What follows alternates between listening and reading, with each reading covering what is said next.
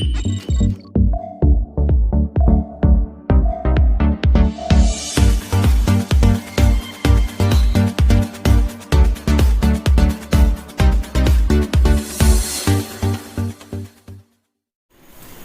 વિદ્યાર્થી મિત્રો, હું નિલેશ તળેજા. સ્વાગત છે આજે તમારું ધોરણ 11 ફ્લેમિંગો સિરીઝમાં રીડ 4 ડિટર્મિનેશન. લાસ્ટ વિડીયોમાં આપણે ફ્લેમિંગો સિરીઝમાં રીડ 1 જોયું હતું, ફ્લેમિંગોના ઇન્ટ્રોડક્શન રૂપે. મેં એમાં તમને વાત કરી હતી કે પેરેગ્રાફમાંથી ક્વેશ્ચન આન્સર્સ અને નિયરેસ્ટ મિનિંગ આ એક્ઝામની દ્રષ્ટિએ ઇમ્પોર્ટન્ટ છે. એવી રીતે આજે રીડ 4 ડિટર્મિનેશનની અંદર પણ સૌથી પહેલાં આપણે ચેપ્ટરનું ભાષાંતર સમજશું, એની પછી નિયરેસ્ટ મિનિંગ અને એક્ઝામમાં કઈ રીતે ક્વેશ્ચન આન્સર પૂછાઈ શકે. તો ચલો શરૂ કરીએ.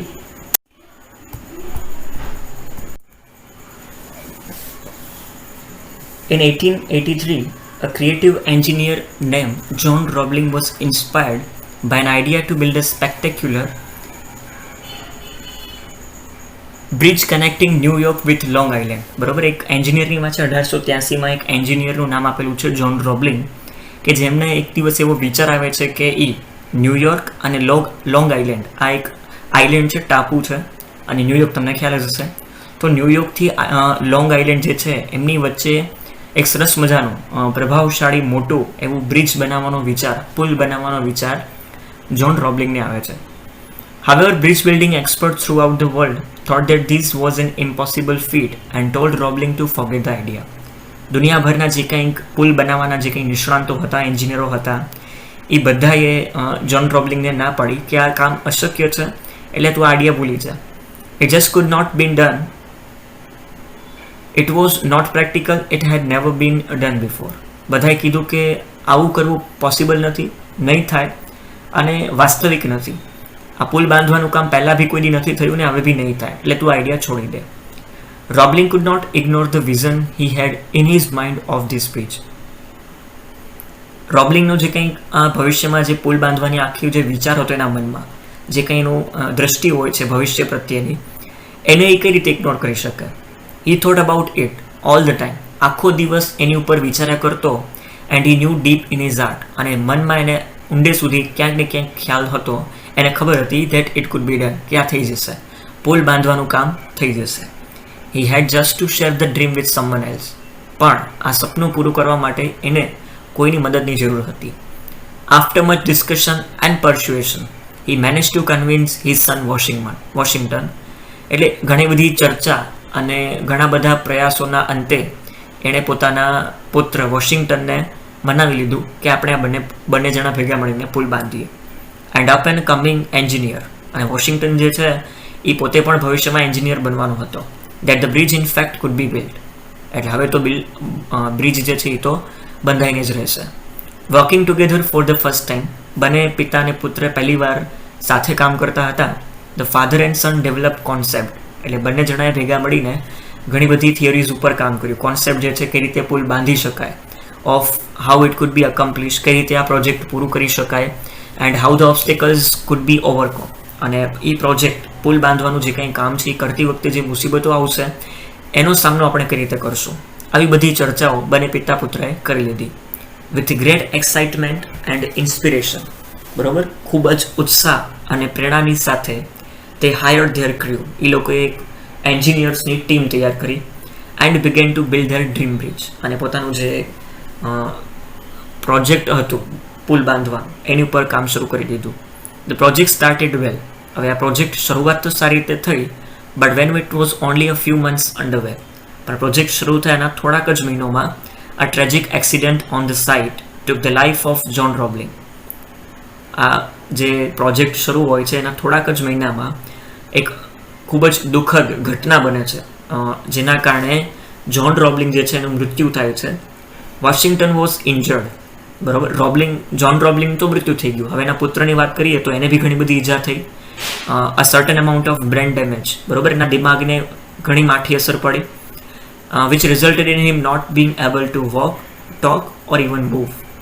બ્રેન ડેમેજના કારણે એની એવી હાલત થઈ કે ના ચાલી શકતો, ના બોલી શકતો, ઇવન મૂવ એટલે હલનચલન બી એની માટે પોસિબલ નહોતું. We told them so, it's foolish to chase wild vision. જે લોકોએ પહેલાં ના પાડી હતી આ કામ કરવાની, લોકો બોલ્યા કે અમે તો પહેલાં જ કીધું હતું કે મૂર્ખામીભર્યું કામ છે, આવું ખતરનાક કામ કરવું એ મૂર્ખામી કહેવાય.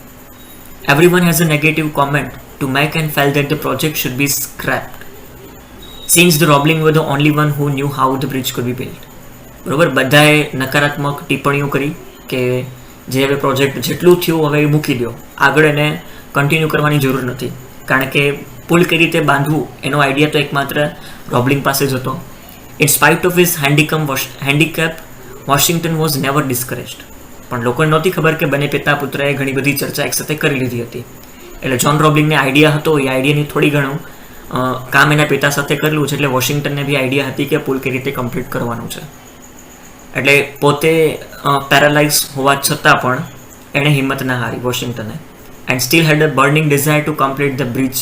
અને છતાં પોતાની ઈચ્છા દાખવી કે એના પિતાનું સપનું હતું અને એ પુલ એ લોકો બાંધીને જ રહેશે. And his mind was still as sharp as ever. એ કે ભલે શરીર હલનચલન કરતાં બન્યું છે, પણ માઇન્ડ તો જેટલું પહેલાં પાવરફુલ હતું, જેટલું પહેલાં વિચારી શકતું, અત્યારે પણ એટલું જ પાવરફુલ એમનું દિમાગ છે. He tried to inspire and pass on his enthusiasm to some of his friends. હવે વોશિંગ્ટને ઘણા બધા પ્રયત્નો કર્યા. એમના જે મિત્રો હતા એમને એનો જે ઉત્સાહ છે એના મિત્રો તરફ પાસ કરવાનો, એના ફ્રેન્ડ્સને પ્રેરણા આપવાની કે તમે મારી મદદ કરો આ કામ પૂરું કરવામાં. But they were too daunted. પણ એના ફ્રેન્ડ્સ જે હતા એમને બી બીક લાગતી હતી બાય ધ ટાસ્ક, આ કામ કરવામાં. As he lay in his bed in his hospital room with the sunlight streaming. બરાબર, એકવાર પોતાના હોસ્પિટલના રૂમમાં જે પલંગ છે એની ઉપર સૂતો હોય છે, ત્યારે બારીની બહાર બરાબર સૂર્યપ્રકાશ જે છે એની નજર બારીની બહાર પડે છે. A gentle breeze blew the flimsy while wide curtains apart and he was able to see the sky and the tops of the tree outside for just a moment. એટલે હોસ્પિટલના રૂમમાં જ્યાં એડમિટ કરવામાં આવેલ છે ત્યાં રૂમમાં એક વિન્ડો હોય છે, બારી હોય છે, અને બારીની બહાર જે દ્રશ્ય છે, વૃક્ષો છે, બરોબર, ઠંડો પવન જે છે એ લહેરાતો હોય છે અને સૂર્યપ્રકાશ, આવું બધું દ્રશ્ય જોતા એના મનમાં એક વિચાર આવે છે. It seem that there was a message for him not to give up. એના મનમાં થતું હતું કે હાર તો નથી માનવાની. સડનલી એન આઈડિયા હિટ હિમ. અને અચાનક બારીની બહાર જોતા એને એક વિચાર આવે છે. All he could do was move one finger and decided to make the best use of it. આખા શરીરમાંથી માત્ર એક આંગળી જે છે એ હલનચલન કરી શકતો હતો અને એ આંગળીનો ઉપયોગ કરીને એણે પુલ બાંધવાનો વિચાર કર્યો. By moving this he slowly developed a code of communication with his wife. બરોબર, એક આંગળીના ઉપયોગથી એણે એક એવી ભાષા, માહિતીની આપ-લે કરવા માટે એક એવી ભાષાનું નિર્માણ કર્યું જેની મદદથી પોતાના આઈડિયાઝ એ આંગળી દ્વારા વ્યક્ત કરી શકતો હતો. He touched his wife's arm with that finger indicating to her that he wanted her to call the engineers again. એટલે એ આંગળીનો ઉપયોગ કરી એ આંગળીની મદદથી એણે પોતાની પત્નીના હાથમાં ઘણા બધા એવા સિમ્બોલ, સાઇન દ્વારા એણે નિર્દેશ કરી બતાવ્યું કે એ પોતાની જે એન્જિનિયરની ટીમ છે એને પાછા અહીંયા બોલાવવા માંગે છે. એટલે એની વાઈફને કહેવા માંગતો હતો. એટલે પોતાની પત્નીના હાથ ઉપર આંગળી દ્વારા એણે જણાવ્યું કે એની પત્ની અત્યારે એન્જિનિયર્સની જે ટીમ છે એને અહીંયા બોલાવે. Then he used the same method of tapping her arms to tell the engineers what to do. એ જ મેથડથી એન્જિનિયર્સને કઈ રીતે કામ કરવાનું છે એ પોતાની પત્નીની મદદથી એન્જિનિયર્સને જણાવતો કે આગળ એ લોકોએ કયું કામ કરવાનું છે. It seem foolish. શરૂઆતમાં તો જોતા મૂર્ખામી ભર્યું જ લાગે, but the project was under way again. પણ પ્રોજેક્ટ ચાલુ થઈ ગયું. For 13 years Washington tap out his instruction with his finger on his wife's arm. સતત 13 વર્ષ સુધી આવી રીતે પોતાની પત્નીના હાથમાં આંગળીની મદદથી એન્જિનિયરોને એણે ઇન્સ્ટ્રક્શન આપતો રહે છે until the bridge was finally completed. અને જ્યાં સુધી પુલ પૂરું ના થયું ત્યાં સુધી સતત 13 વર્ષ સુધી એણે આવી રીતે એન્જિનિયર્સને કામ કરાયું. Today the spectacular Brooklyn Bridge stand in all its glory as a tribute to the triumph. કહેવામાં આવે છે અત્યારે, બરોબર, એ બ્રિજનું નામ છે, જે બ્રિજ બંધાઈ ગયું એનું નામ પણ આપવામાં આવ્યું બ્રુકલિન બ્રિજ. બરોબર, એ ભવ્યતા સાથે, બરોબર. અને જોવા જાવ તો કોની જીતને સમર્પિત છે? એક એવા વ્યક્તિ, one man's indomitable, difficult, digit spirit and his determination not to beat to address defeated by circumstances. બરોબર, એટલે એ જે અત્યારે બ્રિજ છે, બ્રુકલિન બ્રિજ, બરોબર, એ શેનું પ્રતીક છે? તો એક એવા વ્યક્તિ ની ઈચ્છા શક્તિ જે કહેવાય, બરોબર, એની જે મક્કમતા કહેવાય, એણે વિચાર્યું હતું કે ના, પુલ તો બાંધીને જ રહેશું, કંઈ પણ થઈ જાય, ભલે સંજોગો કેવા બી હોય, સંજોગોની મારફતે હાર નથી માનવાની, સિચ્યુએશનના આડે આપણે આવીને હાર નથી માનવાની. આવા વિચાર સાથે, આવી મક્કમતા સાથે જે વ્યક્તિએ કામ કર્યું, બરોબર, એની જીત જે છે, એનું પ્રતીક, એની ભવ્યતા સાબિત કરવા માટે આજે પુલ જે છે એ પ્રભાવશાળી પુલ આજે પણ ત્યાં તૈયાર છે. It is also a tribute to the engineers and their teamwork and to their faith in man who was considered made by half the world. It stands too as a tangible monument to the love and devotion of his wife, who is for 13 years patiently decoded the message of her husband and told the engineers what to do. એટલે આ આખું પુલ જે છે Brooklyn bridge કેટલી બધી વ્યક્તિઓને સમર્પિત છે, બરોબર. પહેલું તો જ્હોન રોબલિન, કે જેને લોકોએ ફૂલિશ, મૂર્ખ ગણીને જવા દીધા, કે એનું જે કંઈક વિચાર છે ભવિષ્યમાં આવું મોટું ન્યૂયોર્કથી લોંગ આઇલેન્ડ સુધીનું સમુદ્રની વચ્ચે પુલ બાંધવાનું ઇમ્પોસિબલ કામ, એટલે શરૂઆતમાં જેને લોકોએ ધિક્કારી નાખ્યા હતા એ વ્યક્તિ. પછી વોશિંગ્ટન, કે જેણે સંજોગોની સામે હાર ના માની. પછી ત્રીજું એની ટીમ, એન્જિનિયરોની કામ કરવાની જે ધગશ છે, બરાબર, એ લોકોએ જે વિશ્વાસ રાખીને કામ કર્યું. અને ચોથું જે વોશિંગ્ટનની પત્ની હોય છે, જે સતત 13 વર્ષ સુધી, બરાબર, એનો પ્રેમ જોવો, સતત 13 વર્ષો સુધી ધીરજ રાખીને પોતાના પતિની જે કંઈ વાતો હતી એને ડિકોડ કરતી રહી, એને એન્જિનિયર્સને કહેતી રહી. તો આ બ્રુકલિન બ્રિજ જે છે, બરાબર, 4 અલગ અલગ વ્યક્તિત્વને સમર્પિત છે. જ્હોન રોબલિન, વોશિંગ્ટન, એમની આખી એન્જિનિયર્સની ટીમ અને એમની પત્ની, એમને સમર્પિત આજે પણ બ્રુકલિન બ્રિજ જોવા મળે છે. Perhaps this is one of the best example of never say die attitude that overcomes a terrible physical handicap and achieves an impossible goal.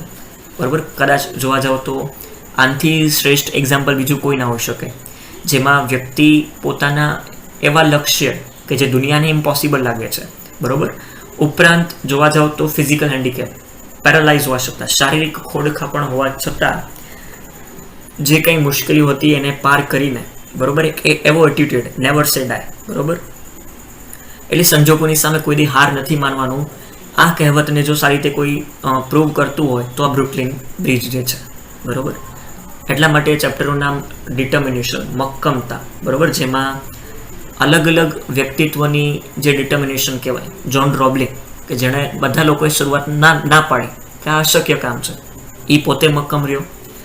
Washington જે છે એ પોતે પોતાના જે એના પિતાનું સપનું હતું એને પૂરું કરવા ઉપર મક્કમ રહ્યો. પછી એન્જિનિયર્સની ટીમ, કે જે વોશિંગ્ટનના જે કંઈ સંદેશા હતા એને પાલન કરવા માટે મક્કમ રહ્યા. અને એની પત્ની, કે જે વોશિંગ્ટનને સતત 13 વર્ષો સુધી શું કહેવા માંગે છે એ એન્જિનિયર્સને કહેતી રહી, એની મક્કમતા. તો અલગ અલગ 4 પર્સનાલિટીની મક્કમતા ઉપર આખી આ સ્ટોરી હતી. ચેપ્ટરમાંથી જે નિયરેસ્ટ મિનિંગ છે, પહેલું સ્પેક્ટેક્યુલર એટલે ઇમ્પ્રેસિવ, પ્રભાવશાળી. પરસ્યુએડ, કન્વિન્સ એટલે મનાવવું. ડોન્ટ એટલે નર્વસનેસ, બેચેન અથવા કહેવાય ને ભય. સ્ટ્રીમિંગ, ફ્લોવિંગ એટલે વહેતું. ફ્લિમ્સી એટલે ઇનસિગ્નિફિકન્ટ, એ જ મહત્વનું નથી અથવા ગૌણ. ટ્રાયમ્ફ એટલે સક્સેસ, વિજય, સફળતા, જીત જેવી કયો. ટેન્જિબલ એટલે વિઝિબલ, જે દેખાય છે, દ્રશ્યમાન. અને ગેઇન એટલે અચીવ, મેળવવું. પેરેગ્રાફમાંથી ક્વેશ્ચન આન્સર જો. પહેલો પ્રશ્ન, how did Washington explain the engineers about the work. Washington પોતાનો કઈ રીતે આગળ પ્રોજેક્ટનું કામ કરવાનું છે એ એન્જિનિયર્સને કઈ રીતે સમજાવતો. How long did Washington use his finger. પોતાની આંગળીનો ઉપયોગ કેટલા વર્ષો સુધી વોશિંગ્ટને કર્યો. Who was there to decode the messages of Washington. Washington શું કહેવા માંગે છે એને સમજવાનું કામ કોણ કરતી, એટલે એન્જિનિયર્સને સમજાવવાનું કામ કોણ કરતું. Which word from the above paragraph is impossible to opposite to invisible. ઉપરના પેરેગ્રાફમાં કયો શબ્દ ઇનવિઝિબલનો વિરુદ્ધાર્થી છે. What is the bridge a tribute to. બરોબર, આ બ્રિજ જે છે કોને સમર્પિત છે. Next paragraph, what did John Roebling want to build. John રોબલિનને શું બાંધવું હતું, શું ઈચ્છા હતી. What did the expert say about his idea. અલગ અલગ નિષ્ણાંત વ્યક્તિઓ, એન્જિનિયર્સ જે હતા એમનું શું કહેવું હતું. whom did he share his idea of building a bridge. કોની સાથે એમનો વિચાર એને શેર કર્યો. write a similar word, persuade. persuade નો સમાનાર્થી શબ્દ લખો. what could John not ignore. John શું ઇગ્નોર નહોતો કરી શકતો અને શા માટે. બરાબર, તો આવી રીતે એક્ઝામ ઓરિએન્ટેડ જે કંઈ એક્સરસાઇઝ છે, આવી રીતે એક્ઝામમાં પેરેગ્રાફમાંથી ક્વેશ્ચન આન્સર પૂછાઈ શકે. આવતા વિડીયોમાં નેક્સ્ટ ફ્લેમિંગો સિરીઝમાં જે કંઈ ઇમ્પોર્ટન્ટ રીડ જે છે એની સાથે આપણે મળશું. Thank you so much for watching this video. જય હિન્દ, જય ભારત.